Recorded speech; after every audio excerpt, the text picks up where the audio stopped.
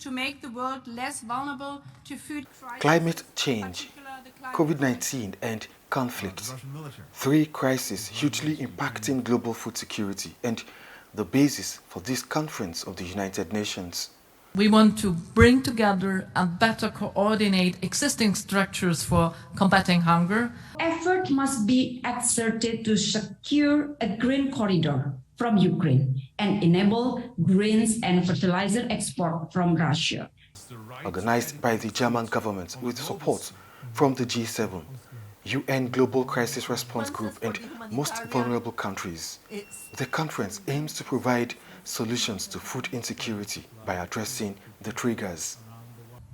Developed countries and international financial institutions need to make resources available to help governments support and invest in their people, leaving no one behind.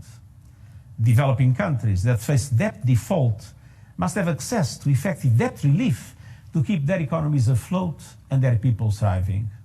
For African countries, it is time to go past food imports and look inwards through sustainable agricultural production. For Africa, we must, however, move beyond emergency food aid. We must prioritize food production.